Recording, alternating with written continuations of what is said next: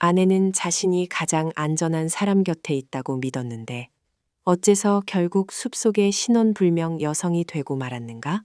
한 여성이 자신의 결혼 생활이 마지막 피난처라고 믿었다면 곁에 있는 사람이 보이지 않는 위험으로부터 자신을 지켜주고 있다고 믿었다면 그녀가 세상에서 사라지기 전 마지막 날들에 실제로 무슨 일이 있었던 것일까?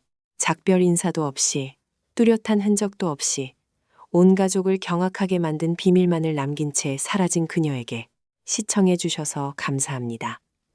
실제 사례 콘텐츠가 도움이 되셨다면 좋아요와 구독 부탁드립니다.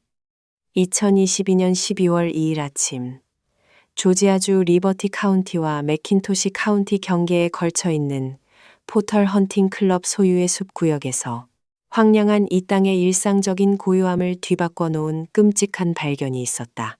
수십 년 경력의 사냥꾼으로 숲속의 모든 오솔길과 도랑을 속속들이 알고 있던 필립 맥칼라는 정기 순찰을 수행하고 있었다. 아침 공기는 미국 동남부 해안 지역 특유의 차갑고 습한 기운을 머금고 있었는데 이 지역은 습한 소나무 숲과 기수호 습지가 뒤섞여 울창하고 접근하기 어려운 지형을 이루고 있다. 한적한 비포장도로 옆 도랑을 따라 이동하던 맥칼라는 진흙과 썩은 낙엽 사이에 뒤섞여 있는 이상한 물체를 발견했다. 처음에 그는 사냥 후 버려졌거나 물에 떠내려온 큰 동물의 사체일 것이라 생각했다. 그러나 더 가까이 다가갔을 때 맥칼라는 그것이 동물이 아님을 깨달았다. 그의 눈앞에는 머리와 사지가 없는 사람의 상반신이 놓여 있었는데 주변의 습기와 자연 환경의 영향으로 초기 부패 단계에 들어서 있었다. 그뿐만 아니라 맥칼라는 신체 부위 발견 지점 근처의 도랑에 여러 물건들이 흩어져 있는 것을 보았다. 그 중에는 검은색 대형 플라스틱 보관 상자, 즉 토트박스 하나, 사용된 클로락스 브랜드 소독 물티슈, 한 팩, 그리고 박스 커터 칼 하나가 있었다. 이 물건들은 훼손된 시신 옆에 놓인 채로 의도적으로 계획되고 치밀하게 실행, 은폐된 범죄의 불안한 그림을 그려내고 있었다. 상황의 심각성을 즉각 파악한 맥칼라는 곧바로 현장을 벗어나 리버티 카운티 보안관 사무소에 신고했다. 현장에 가장 먼저 도착한 사람 중 하나는 리버티 카운티 검사실 소속 수사관 제임스 프로스트였는데 그는 흔히 잭 프로스트라는 이름으로 불렸다. 단연간의 현장 경험을 바탕으로 프로스트는 이 구역이 숲 깊숙이 위치해 있으며 진입로는 헌팅 클럽의 내부 오솔길 뿐이라고 평가했다. 그의 판단으로는 이곳을 증거 은닉 장소로 선택한 사람은 이 오솔길 체계에 대해 어느 정도 지식을 갖추고 있어야 했으며 이는 초기 단계부터 중요한 수사 방향을 시사했다. 리버티 카운티 보안관은 신속하게 전 구역을 봉쇄하고 조지아 수사국, 약칭 GBI의 지원을 요청했다. 당일 GBI 요원들이 현장에 도착해 야전 지휘소를 설치했는데 이를 이끈 인물은 브렛 디커슨 요원과 린지 스미스 요원이었다. 초기 증거 수집 작업은 세밀하게 진행되었다. 법의학 기술자들은 날카로운 미러키, 브랜드박스, 커터칼, 내부에 말라붙은 혈액으로 추정되는 흔적이 있는 검은색 플라스틱 상자, 그리고 사용된 물티슈 조각들을 수거했다. 숲의 면적이 너무 넓고 지형이 험난하여 GBI는 드론을 투입해 해당 구역을 지도화하고 유해 추적 전문 경찰견과 병행하여 수색 범위를 확대했다. 이후 닷새간의 광역 수색은 소름 끼치는 결과를 가져왔다.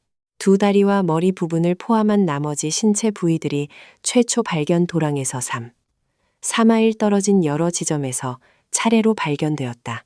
리버티 카운티와 맥킨토시 카운티 경계를 넘나드는 이 의도적인 분산 배치는 수색과 신원 확인 작업을 최대한 어렵게 만들기 위해 치밀하게 계산된 은닉 과정이 있었음을 보여주었다. 모든 신체 부위는 이후 법의관 키스라마르 레만 박사의 사무실로 이송되어 전면적인 검시가 실시되었다. 법의학 기관의 최우선 과제는 사망 원인과 범행 방식을 규명하고 피해자 신원 확인에 도움이 될 생물학적 증거를 수집하는 것이었다. 레만 박사는 신체 부위들이 체계적으로 절단되었다는 사실을 기록했다. 두 다리를 분리하기 위해 허벅지뼈 부위에 가해진 절단은 단호하게 이루어졌으며 신체의 가장 큰 동맥과 정맥들을 끊어 놓았다. 바로 이 절단으로 인해 피해자 체내 대부분의 혈액이 시신이 숲으로 옮겨지기 전에 빠져나간 것이었다. 조직 내 심각한 혈액 부족으로 인해 전문가들은 심장이나 대혈관에서 표준 동물 검사를 수행하는 데 필요한 충분한 혈액을 채취할 수 없었다. 이 난관을 극복하기 위해 레만 박사는 피해자의 간 조직 일부를 추출하여 동물 분석에 보내기로 결정했다. 이후 법의 동물학자 브리타니 그레체의 분석 결과 디페니드라민 성분의 존재가 확인되었는데, 이는 베나드릴이라는 상품명으로 알려진 강한 수면 유발 효과가 있는 항히스타민제다. 그러나 간 조직 내 해당 성분의 농도는 치사량에 해당하지 않는 수준으로 판단되었다. 외력에 의한 손상을 더 깊이 연구한 결과 레만 박사는 피해자의 머리 부위에 둔기로 인한 깊은 열상이 최소 9곳 존재한다는 사실을 발견했다. 그중 하나의 타격은 극도로 강한 충격을 가해 연조직 여러 층을 관통하고 심각한 두개골 골절을 유발했다. 또한 피해자의 흉부와 복부에도 다수의 절창과 광범위한 타박상이 확인되었다. 특히 주목할 만한 것은 법의학 전문가들이 피해자의 팔뚝과 손등을 따라 다수의 타박상과 열린 상처를 발견했다는 점이다. 의학적 분석에 따르면 이는 개인이 정면에서 쏟아지는 공격으로부터 얼굴과 머리를 양손으로 막으려 할 때 나타나는 전형적인 방어 손상이다. 사망 시각을 추정하기 위해 수사기관은 법의 곤충학 전문가인 에드워드 먼도르 박사를 초빙했다. 먼도르 박사는 숲에서 발견된 신체 부위에서 자라고 있는 구더기를 수집 분석했다. 이 곤충들의 성장 주기를 연구하고 11월 말 리버티 카운티의 실제 기온, 습도 데이터를 결합하여 먼도르 박사는 과학적 시간 도표를 작성했다. 그는 피해자가 2022년 11월 27일부터 29일 사이에 사망했을 가능성이 높다는 결론을 내렸다. 이 기간은 12월 2일 발견 당시의 연조직, 자연 부패 정도와 완전히 일치했다. 의학적 시간적 측면에서 비교적 상세한 결론이 도출되었음에도 불구하고 수사기관은 가장 어려운 질문에 직면해야 했다. 피해자는 누구인가? 시신 발견 후 수주 동안 조지아주나 인근 주에서 신원이 일치하는 실종자 신고는 단 하나도 들어오지 않았다. 피해자는 신분증도, 개인 차량도, 현장에서 출신을 알 수 있는 물건도 없는 완전한 신원 불명인으로 보였다. 이 교착 상태를 타개하기 위해 GBI는 법의 초상화 전문가 켈리 로슨에게 도움을 요청했다. 복원된 두개골의 안면 골격 구조와 남아있는 연조직의 특징을 바탕으로 로슨은 두 장의 초상 스케치를 제작하여 생전 피해자의 모습을 재현하고자 했다. 스케치는 30, 40대로 추정되는 백인 여성으로 밝은색 머리카락과 단아한 얼굴 윤곽을 가진 모습으로 묘사했다. 2022년 12월 중순 GBI는 이 초상 이미지를 텔레비전, 신문, 각종 SNS 플랫폼 등 대중매체를 통해 공개하고 지역 사회의 도움을 호소했다. 전국 각지에서 수백 건의 제보 전화가 GBI 핫라인으로 쏟아졌다. 각 제보는 요원들이 체계적으로 분류, 검증했는데 오래전에 실종된 가족을 신고하는 사람부터 이웃이 갑자기 사라진 것을 의심하는 사람까지 다양했다. 그러나 수주간의 걸러내기 작업 끝에 초기 단서들은 모두 막다른 골목으로 이어졌다. 리버티 카운티 신원 불명 여성 사건 파일은 피해자 신원이 완전한 공백으로 남은 채 미제 사건이 될 위기에 처했다. 조지아의 수사관들이 단서 확보에 총력을 기울이는 동안 사건의 전환점은 현장에서 약 500마일 북쪽에 위치한 버지니아주에서 나타났다. 한 버지니아 주민이 SNS에서 형사 사건 관련 뉴스를 보던 중 우연히 GBI가 공개한 초상 스케치를 접하게 되었다. 이 인물은 스케치 속 신원불명 여성의 얼굴 윤곽이 자신이 알고 있던 어떤 여성을 강하게 떠올리게 한다는 느낌을 받았다. 이 연결고리는 우연이 아니었다. 정보를 제공한 여성은 바로 짧지만 많은 법적 여파를 남긴 결혼을 했던 한 남성의 첫 번째 아내였다.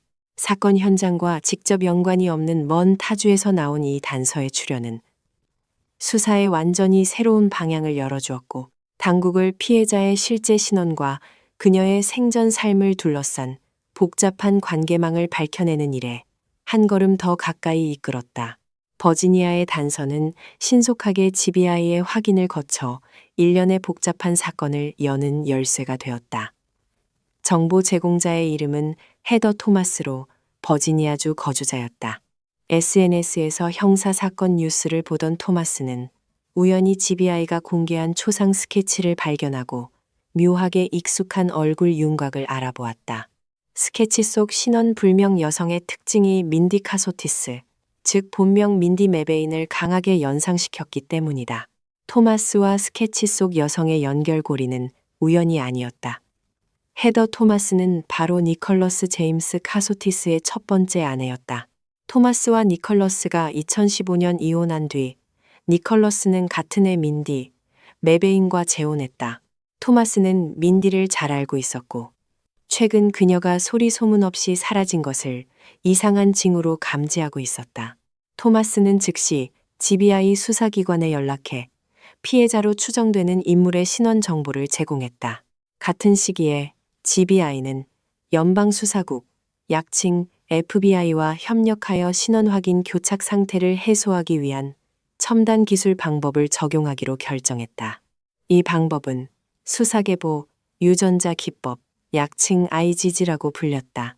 전문가들은 피해자의 신체 부위에서 DNA 샘플을 추출하여 대규모 유전자 염기 서열 분석을 위한 민간 전문 실험실로 보냈다. 이 DNA 프로파일은 이후 일반 시민들이 자신의 조상을 찾기 위해 자발적으로 유전 정보를 공유하는 공개 계보 데이터베이스에 업로드되었다. 유전자 친족 관계 분석 방법을 통해 FBI 전문가들은 피해자와 DNA 연관성이 가까운 사람들로부터 역방향 가계도를 성공적으로 구축했다. 계보 분석 결과는 신속히 메베인 가족과의 직접적인 관계로 범위를 좁혔다. 유전 계보와 헤더 토마스의 신고 전화 양쪽에서 정보를 입수한 GBI 요원들은 민디의 친부모인 베시 메베인 여사와 프랭크 메베인 3세에게 연락했다. 수사관들은 베시 여사로부터 구강 점막 면봉 샘플을 채취해 DNA를 직접 대조했다. 2023년 5월 11일 유전자 검사 결과가 공식 발표되었다. 시신에서 채취한 DNA가 메베인 가족의 DNA와 완전히 일치함이 확인되었다. 습지에서 발견된 신원 불명 피해자는 40세의 민디 메베인 카소티스로 공식 확인되었다. 이 확인으로 인해 신원 확인을 위한 수사는 심각한 살인 사건으로 전환되었고 초점은 빠르게 피해자의 개인 생활과 그녀의 남편 니컬러스 제임스 카소티스로 집중되었다.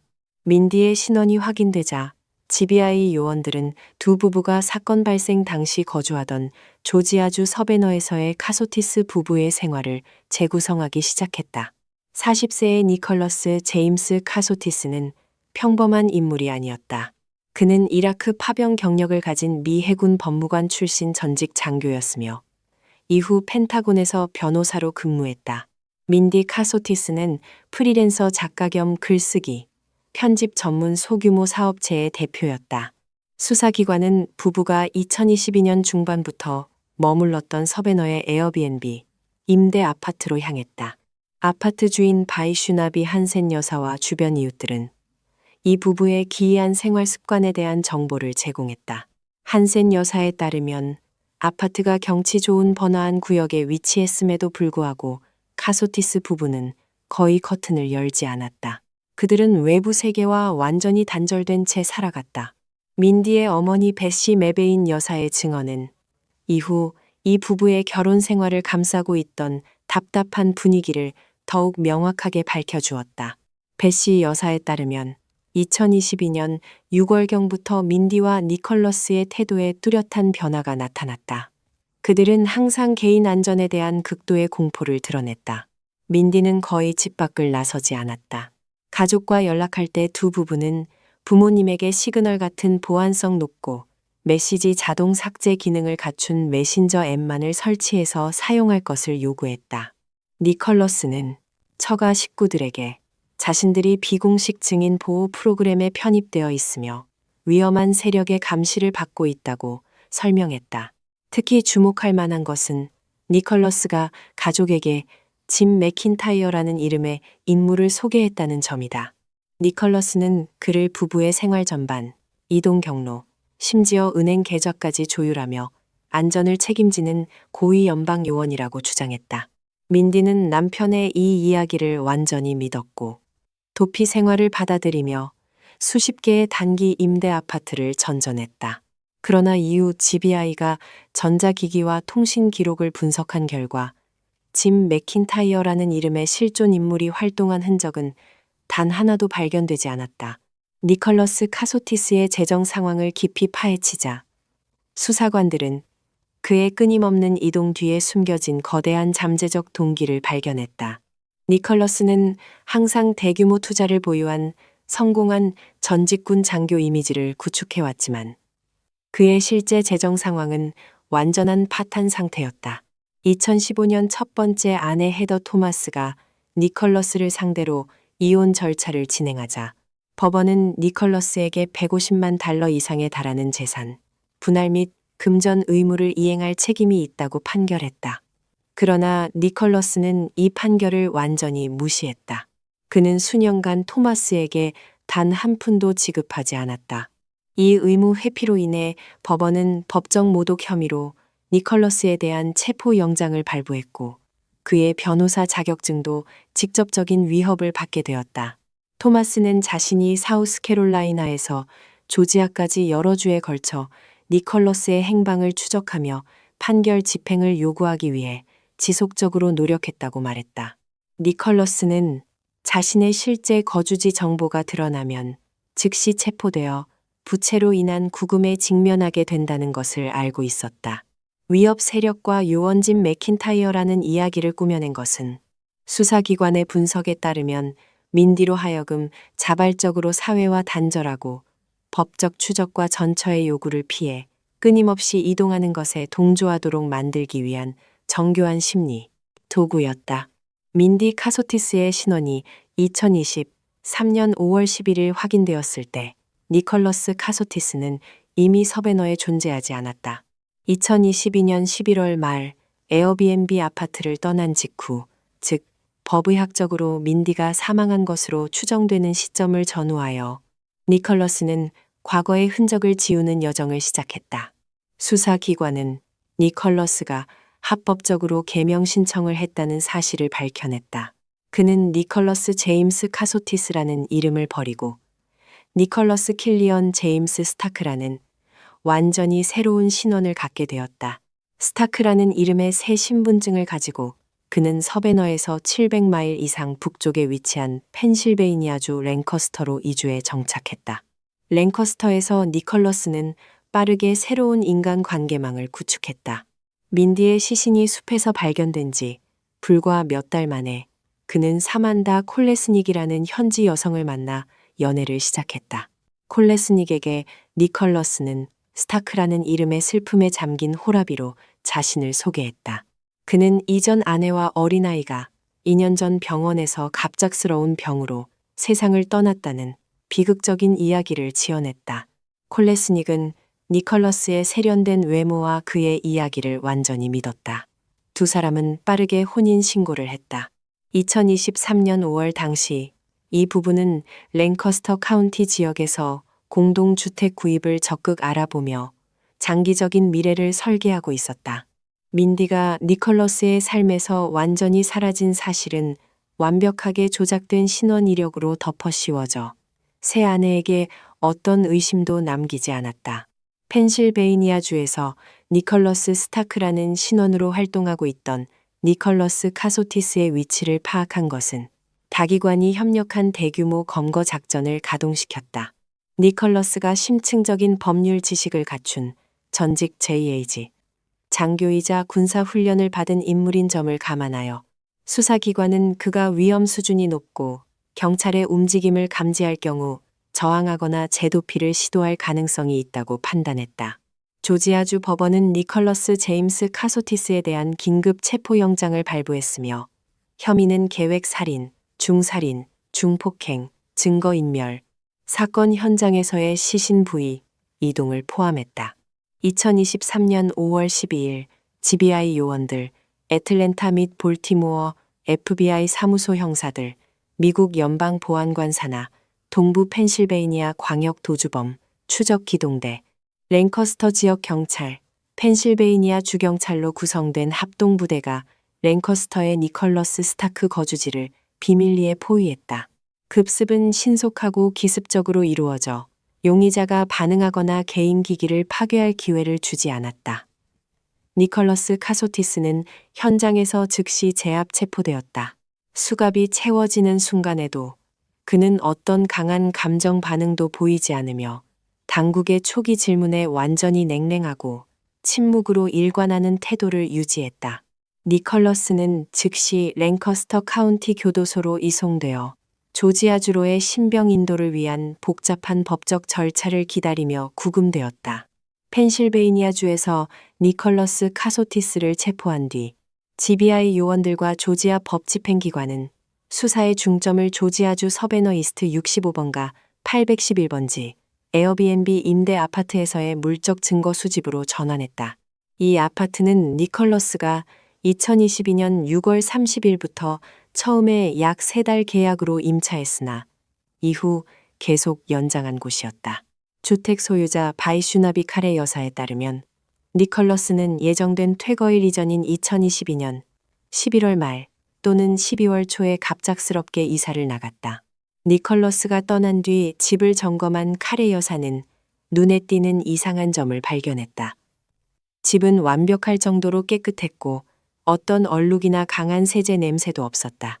그러나 거실 구역에 있던 값비싼 대형 장식 카펫이 사라져 있었다.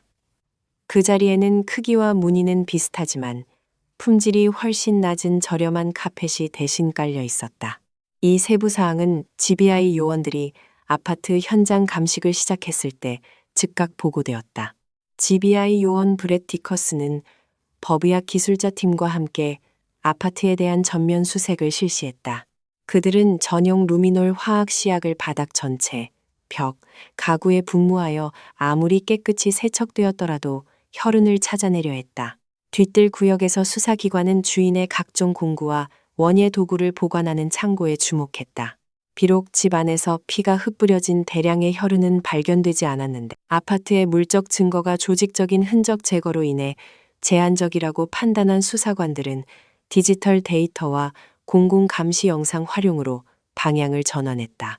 리버티 카운티 소속 수사관 잭 프로스트는 라이스보로의 포털 헌팅 클럽 구역으로 들어오고 나가는 도로 전반에 설치된 모든 보안 카메라 시스템을 전면 검토하기 시작했다. 민디의 시신이 발견된 숲 입구 근처의 한 외딴 양수장에서 확보한 감시 영상에서 중요한 전환점이 나타났다. 영상은 초록색 포드 익스플로러 SUV가 습지로 이어지는 비포장 도로를 여러 차례 오가는 장면을 기록하고 있었다.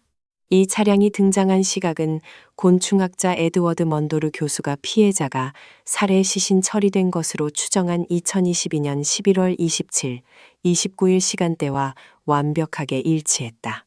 니컬러스 카소티스의 차량 등록 기록을 조회한 결과 그가 감시 카메라 속 차량과 외관이 완전히 일치하는 초록색 포드 익스플로러의 소유주임이 드러났다.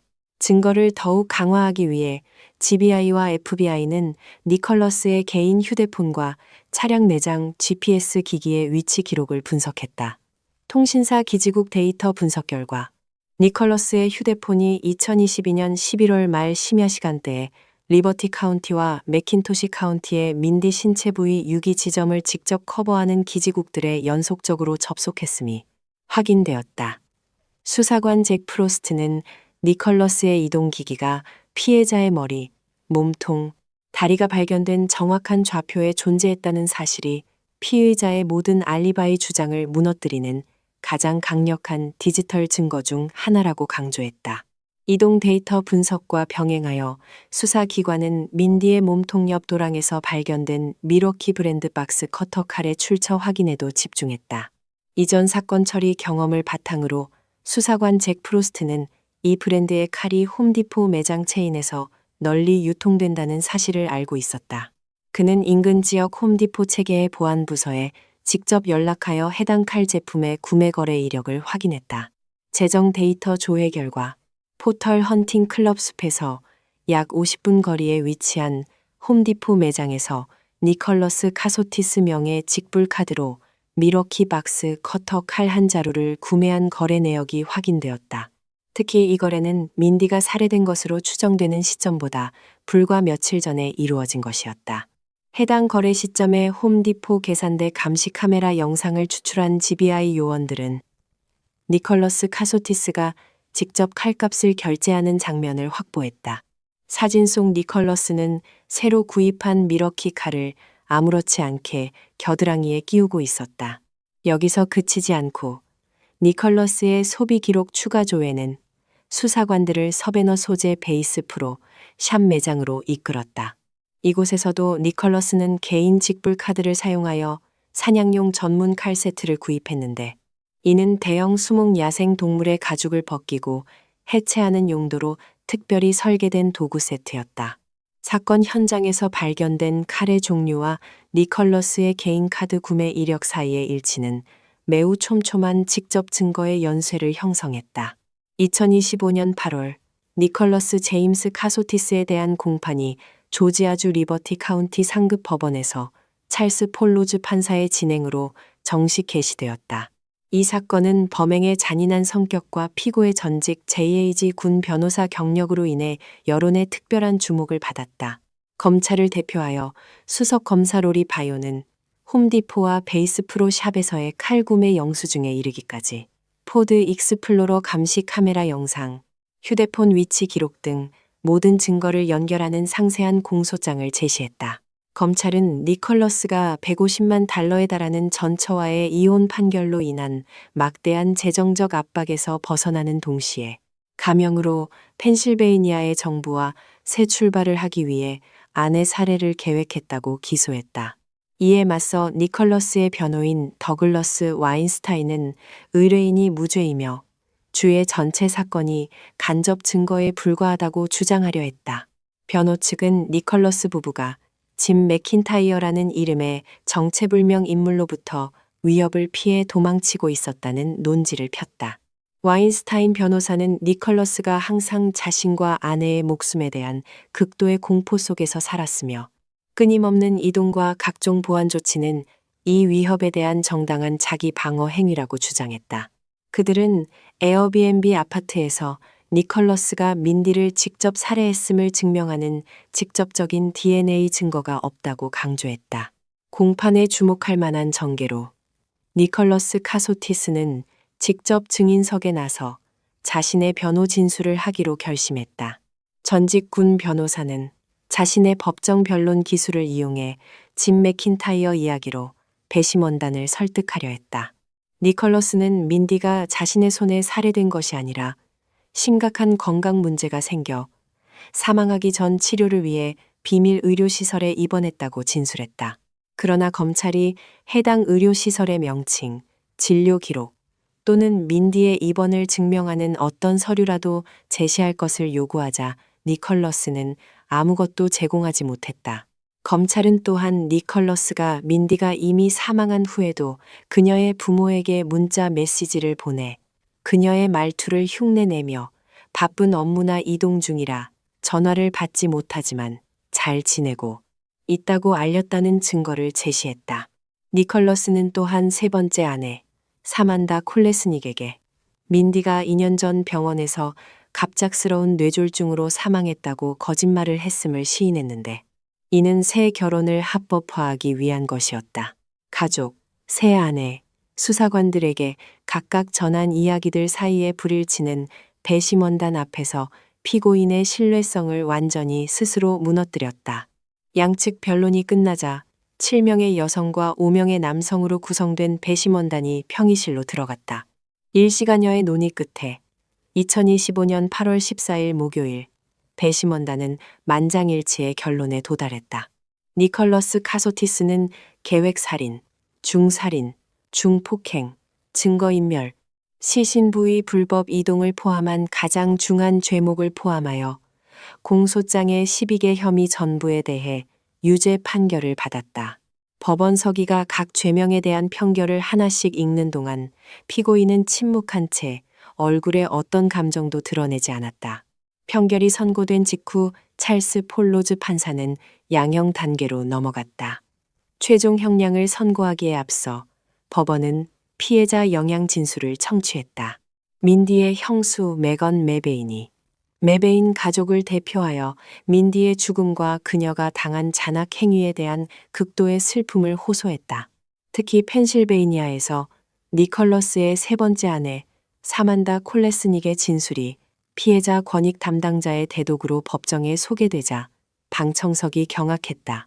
편지에서 콜레스닉은 니컬러스에게 정신적, 육체적으로 강요를 당한 것 같은 느낌을 받는다고 밝혔다.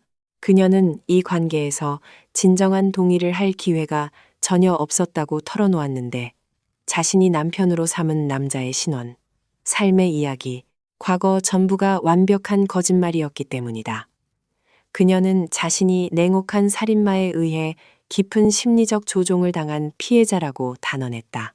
이에 반해 니컬러스의 부모인 웨인과 린다 카소티스는 여전히 아들의 무죄를 믿는다며 판사에게 관용을 구하면서 배심원단이 잘못된 판결을 내렸다고 주장했다. 최종 판결을 내리기에 앞서 찰스 폴로즈 판사는 피고인 니컬러스 카소티스를 향해 단호한 언급을 쏟아냈다. 로즈 판사는 이것이 진실로 혐오스러운 범죄이며 피고인이 스스로의 삶을 감싸는 거짓말의 그물을 짜고 허구의 이야기를 써왔으며 지난 7년간 그의 현실 삶 자체가 허구 작품에 불과했다고 발언했다. 그런 다음 피고인은 자신을 믿고 사랑했던 민디에게 잔혹한 살인 행위를 저질렀고 이후 비열하게도 그녀의 시신을 훼손했다고 말했다. 로즈 판사는 니컬러스 제임스 카소티스에게 조지아주 형량 기준의 최고형인 가석방 없는 종신형에 증거인멸과 시신 이동 죄목에 대한 25년 징역형을 추가하여 선고했다. 니컬러스 카소티스 사건은 완벽한 외적 이미지와 교묘한 심리 조종 뒤의 숨은 잠재적 위험에 대한 경고로 막을 내렸다. 현대적인 유전계보 기술, 현장 수사관들의 예리한 직업적 통찰, 그리고 부인할 수 없는 디지털 증거의 결합을 통해 정의는 마침내 민디 메베인 카소티스를 위해 실현되었으며 주 경계를 넘나들며 교묘하게 흔적을 지우려 한 범인을 결국 빛 앞에 세웠다.